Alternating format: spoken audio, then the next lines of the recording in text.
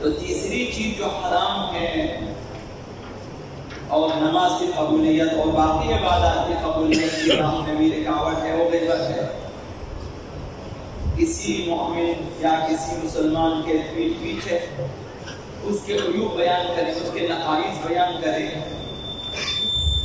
یہ جو ہے غیبت، یہ عبادت کی قبولیت کی راہ میں رکاوٹ ہے۔ آقا رسول خدا صلی اللہ علیہ وآلہ وسلم صلی علی من یغتاب مسلما او مسلمتا، اگر کسی نے کسی مسلمان مرد یا کسی مسلمان عورت کی غیبت کی، اس کی برائی کی پیٹھ پیچھے، لم يحفظ اللہ صلاته ولا صيامه 40 یوما، ایک غیبت پر 40 راتیں 40 دن خدا تعالیٰ کی عبادتوں کو قبول نہیں فرماتا۔ عبادتیں واجب ہے کیا انجام دیں، مستحبات مستحب ہے کیا انجام دیں، انجام دیا جمع ہے خدا تعالیٰ کے پاس لیکن قبول نہیں ہے، خدا قبول نہیں فرماتا۔ الا ان یغفر له صاحبه، یا یہ کہ جس کی غیبت کی ہے وہ آپ کو معاف کر دے۔ تو یہ کہ اگر چاہتے ہیں خصوصاً رشتہ دار، خصوصاً صلہ ارحام، قومی رشتے کہ عموماً انہی کے تذکرے ہوتے ہیں، دوسروں کے تذکرے تو کم ہیں، اپنے بھائی کے بارے میں، اپنے باپ کے بارے میں، والدہ کے بارے میں، بہنوں کے بارے میں مثلاً، یا بیٹوں کے بارے میں غیبتیں کی ہے کہ میرے بیٹے اس طرح سے اس طرح، یا بیٹوں میں، تو یہ کم از کم یہی رشتہ دار آپس میں ایک دوسرے کو کم از کم غیبتیں معاف کر دیں تاکہ ان کی عبادتیں قبول کریں۔ اگر نہیں کریں گے قیامت کے دن سب روبرو ہیں، بھائی بھائی کے سامنے کھڑے ہیں، باپ بیٹے کے سامنے کھڑے ہیں، ماں بیٹی کے سامنے، بھائی انہیں میری غیبت کی ہے، تو عبادتیں ایک طرف نامقبول، دوسری طرف قیامت کے دن وہاں پہ پھر لڑائی جھگڑا ہے۔ آقا امیر المؤمنین علی بن ابی طالب علیہ السلام صلی علی محمد وآلہ ایاک والغیبۃ فإنها تمقتك إلى الله والناس وتحبط أجرك۔ غیبت سے بچو، کسی کی غیبت کرنے سے، کسی کی برائی کرنے سے بچو، کیونکہ یہ تجھے خدا کا بھی دشمن بنا دے گا اور تجھے لوگوں کا بھی دشمن بنا دے گا، دشمنی بڑھ جاتی ہے۔ نمازوں کے بعد بھی شروع ہیں ہم لوگ، کھانے کے بعد بھی شروع ہیں ہم لوگ، دسترخوان کے بعد بھی شروع ہیں۔ اصلا عموماً ہماری جو بیٹھک ہوتی ہے یا جسے کہیں بھنڈار ہوتا ہے وہ عموماً غیبتوں شروع رہتی، ایک دوسرے سلام دعا کے بعد شروع ہے۔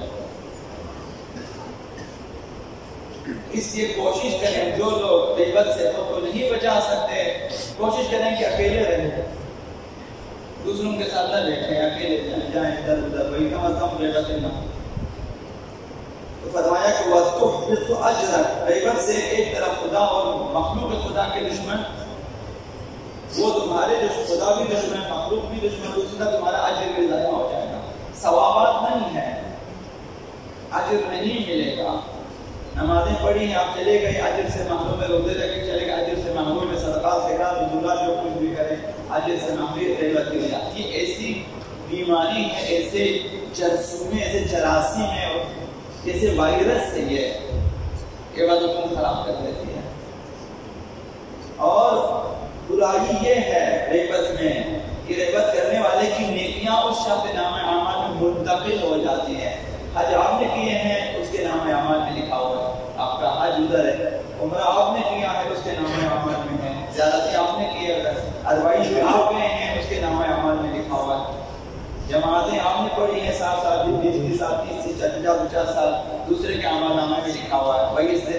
30 سال 20 سال 15 سال سے نماز جماعت پڑھی ہے، حالانکہ وہ مسجد آیا ہی نہ ہو شاید، یہ سارے ہمارے نامہ اعمال سے اٹھا کے لے جاتے ہیں وہاں پہ،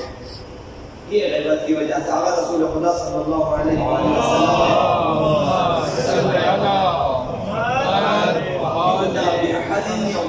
ایک شخص کو لایا جائے گا قیامت کے دن، یوقف بین یدی اللہ، خدا کے سامنے سے کھڑا کیا جائے گا، ویدفع الیہ کتاب، نامہ اعمال اسے دے دیا جائے گا، فلا یرا حسناتہ، وہ کھول کے دیکھتا ہے کہ نامہ اعمال اس میں تو میرے اعمال ہے ہی نہیں ہے، میں تو کربلا بھی جا چکا ہوں، میں مثلا جو ہے اربعین پہ جا چکا ہوں، میرا حج، میرا عمرہ،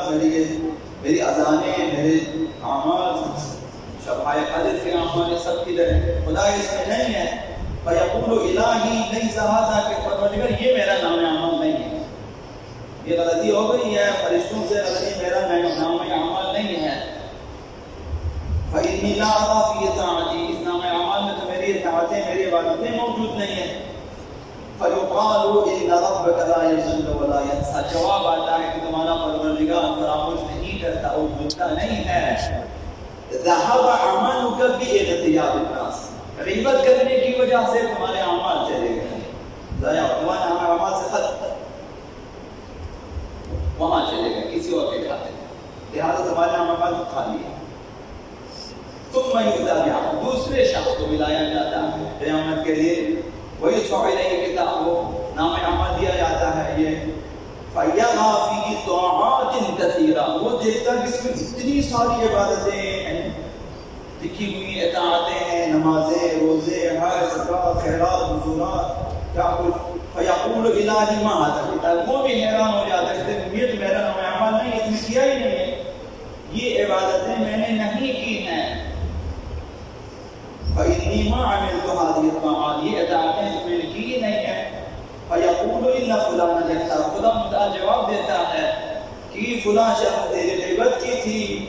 فَدُفِعَتْ حَسَنَاتُهُ إِلَيْهِ، اس کی نیکیاں تمہارے کھاتے میں لکھ دی گئی ہیں. وزارت جاؤ جنت میں عبادتیں کر کر کے ہمارے عبادتیں وہاں منتقل ہو سکتی ہیں، اور ہم لوگ عبادتیں کرنے کے بعد خوش ہیں کہ ہمارے سب کے، ہم تو الٹا یہ بھی ہے کہ ہم نے بہت سارے اعمال کیا تو ہمارے سارے عبادتیں معاف ہو چکی ہیں. اب خدا نہ خواستہ اگر ہماری عبادتیں آگے چلی گئی تو پھر قیامت کے دن ہم لوگ فارغ ہیں. تو غیبت ایسی چیز ہے، کسی نے مثال دی ہے کہ اس طرح سے آپ جو ہے یہ جو لکڑی سے بنی ٹوکریاں ہوتی ہیں، چھانی وغیرہ ہوتی ہیں، اس میں آپ مثلا خوش بریک ڈال دیں تو 10 روپے وہ ختم ہو جائے گا. ہم نے ڈال دیے ہیں ایک ایسی ٹوکری میں کہ جس کے پیلے میں سوراخ ہے، مثلا غیبت کا سوراخ الگ سے ہے، تہمت کا سوراخ الگ سے ہے، جھوٹ کا سوراخ الگ سے ہے. ہر جگہ سوراخ، اگر اس میں پانی ڈالے، ریت ڈالے، جو ڈالے اسے ختم ہو جائے، تھوڑی دیر کے بعد ختم. تو ہماری جو ہے عبادتوں کے ساتھ ساتھ ایک طرف ہمیں عبادتوں کو درست انجام دینے کی کوشش کرنی چاہیے، دوسری طرف عبادتوں کو باقی رکھنے کی کوشش کرنی چاہیے.